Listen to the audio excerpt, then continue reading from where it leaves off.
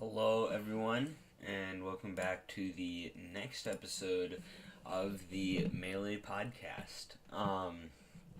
So it's been a while since I've done one of these. I like to keep them on schedule as much as possible. Sometimes I'll release them a day early. I'll try to keep it at that. There might be some times where I release them a day late, though. But I don't like to release them completely off schedule.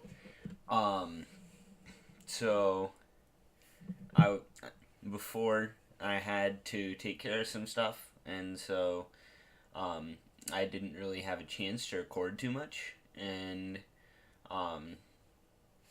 so that's why the first one didn't get out.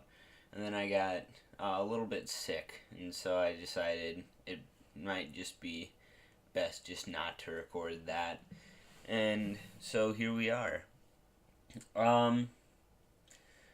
There has been some stuff that has happened, but I'd say not too much. Let me pull up the last video I did and see what it was about. So yeah, it was mostly about Summer PR. I did create a spreadsheet on it. There were some things that I wanted to change, but I might leave that in the description. And that will be one of the things that I talk about later, is that coming out and just slight bits of who I think if anything has changed, and maybe I'll talk a little bit about the 12 to 20 seed. So I first want to start this out by recapping the Even Bigger Balc. This is something that I looked at before and kind of did an overview of, but I never went too in depth into. So Llod won the entire tournament, which was really cool to see because I had Llod pretty high up, and he performed very well at CEO as well, and so I feel like coming off of that and this, even though the Even Bigger Balc wasn't technically for summer rankings, I feel like Llod has done a very good job, and he even was my 20th seed, and I just feel like he's had a really strong year, and I feel like he will be he's gonna do really good for the rest of the year. S2J or Johnny got second, which I kind of predicted anyway. I thought SFAT would get first, but Johnny seemed to have a pretty good performance, beating SFAT, and taking a set off a lot, and there are some other pretty good ones, but I don't think he necessarily had an absolutely terrible loss. Llod is a really good player, and he went there wasn't a time where he didn't take a game off of him. He 3-0'd him in to get the runback, or not the runback, the bracket reset in grand finals, and then he took a game off of him in the bracket reset, and to get knocked into losers, he went 3-2. So Johnny did really good. SFAT lost to Llod, but he did beat LaLuna and Junebug to get to that spot where he lost to Llod, and then he beat Junebug again in when they played again in losers quarters, and beat Face Roll just barely in loser semis, and then just barely lost to S2J. This was overall a really good performance by him. He did lose to two separate people, but those two people had really good showings at this tournament. I was really kind of two players I was really disappointed in. I'd say, I mean, they didn't do absolutely terrible, but I wish that they would have shown a little bit better. Were West Balls, who got eliminated at top 32, and Hugs, who got eliminated at top 24. I really would have liked to see Army go further, but he did lose to Diskid Boogie, and in a really close set, it looks like. And so I feel like that one was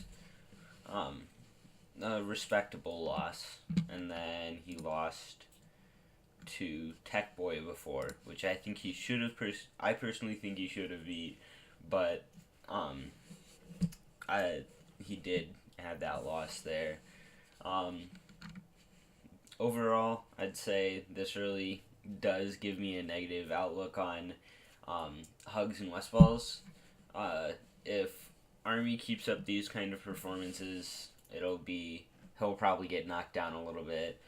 I'm really happy to see Llod and S2J make it that far. So now I'm going to talk a little bit about Runback 2018. So this happened not this past weekend, but the weekend before that. And we did see quite a few, quote unquote redemptions, from this. So Westballs did kind of make his comeback there. He did lose to Shroomed, but he only lost 3-2, and Shroomed is a pretty respectable loss, and he went fairly far in the bracket, losing only to SFAT and Axe, which were the two people in Grands, and he also DQ'd versus SFAT because he was feeling sick, I think. Michael showed off a fairly good performance, beating Army and then losing to Duck. He also lost to SFAT, which is a really respectable loss, and then beat Fizz. Again, I would have liked to see Army go a ways further into bracket. And that does kind of just looking at this just right away, this does kind of want me to put him down further in rankings. But, again, these aren't affected into summer PR, and I feel like he can probably bring it back for maybe some of the bigger events that are coming up or some of the smaller events.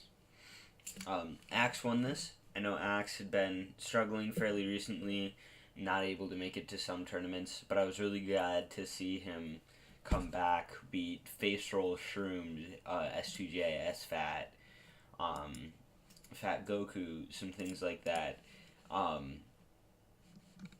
really do. Oh, dang. Sorry, brain fart. He did DQ from a lot of the other things, so low tier singles and all random bracket, I'm pretty sure he DQ'd from just to be a lot more focused on this, which I feel like was a really good choice for him to do, and I feel like that really did help his performance. I feel like this wasn't the cleanest win, but he did still get a really good win. And that's about it for that. So, at the time I'm recording this, there will be many events coming up, but the one that I really want to look at is Smash Factor 7. Armada is going to that, and it's in Mexico, I believe. And I feel like this one is a lot more like less competition. DJ Nintendo, Nintendude, Eddie Mexico, La Luna, Nun, and Armada are like the ones that really stick out to me. Also Meds and I feel like this isn't going to be like the largest tournament, but it did have Armada in it, so there was that. And I feel like Armada will take that with None getting a second.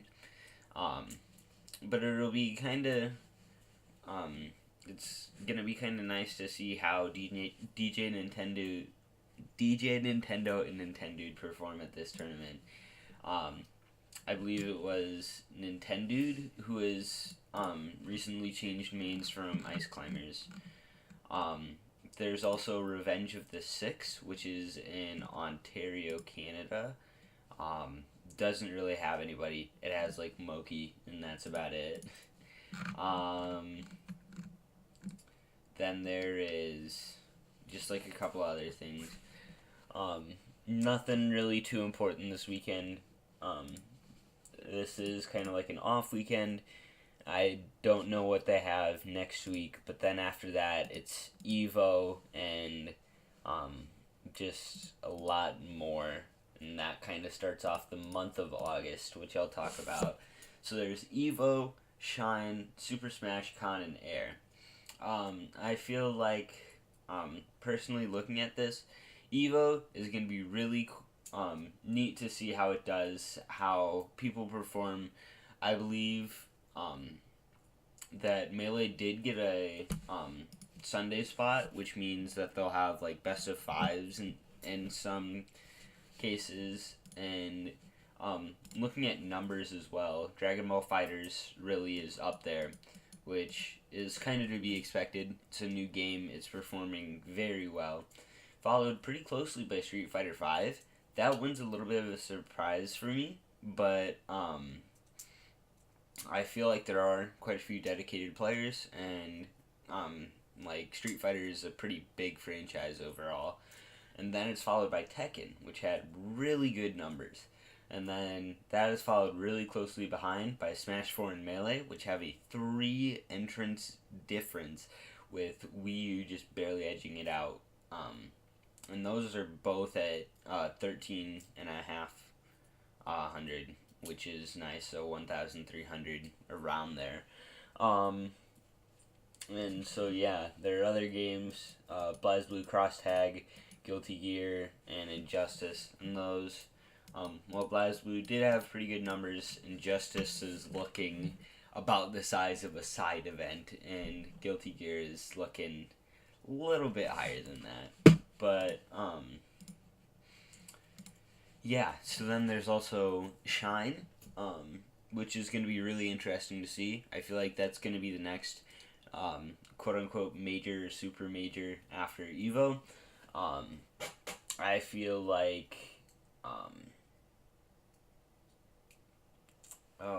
I feel like most of the people are entering that. I feel like there may be some not there, because it is like a pretty packed month, but Shine is going to be one that I feel like will be quite a few people are going to be there. Most of the gods of Melee are going to be there. SmashCon, I feel, somebody said this, and I didn't really want to believe it, but now looking at it, it's kind of believable. It's basically like a Smash Brothers convention and a Smash Bros. 64 National, and then it just has some other like tournaments.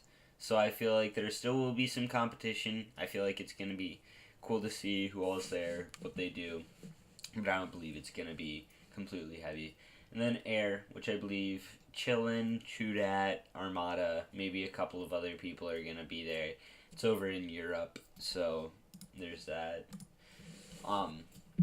So the rankings are held by Panda Global this year, rather than the usual Melee at On Me. And now Melee at On Me, oh wait, no, they're combining to do this. So July 23rd, the rankings start, and then they alternate every other day except for weekends, I believe, with Smash 4 rankings. And so then we have one on July 23rd, July 25th, July 27th, July 31st, and August 2nd. So it's going to be, I'm really excited to see how that does, who all will be ranked everywhere, and stuff like that. So what I think I'm planning to do is get this video up on Monday, and hopefully I can get it up fairly early Monday, maybe even before they can get their first ranks out. And I'm hoping that I can have a link to my personal summer PR and see how close it is and how everything is doing. There are definitely some placements I want to change, not because of these past tournaments, since they do not count, but looking back at placements and looking back at people's year so far overall, So you have that to look forward to. Um, with that, I think I'm going to leave it about there. I'll also link my Twitter in the description. And I hope you all enjoyed this video. Subscribe if you want more, and I will try to post a podcast every Monday. And remember to keep listening.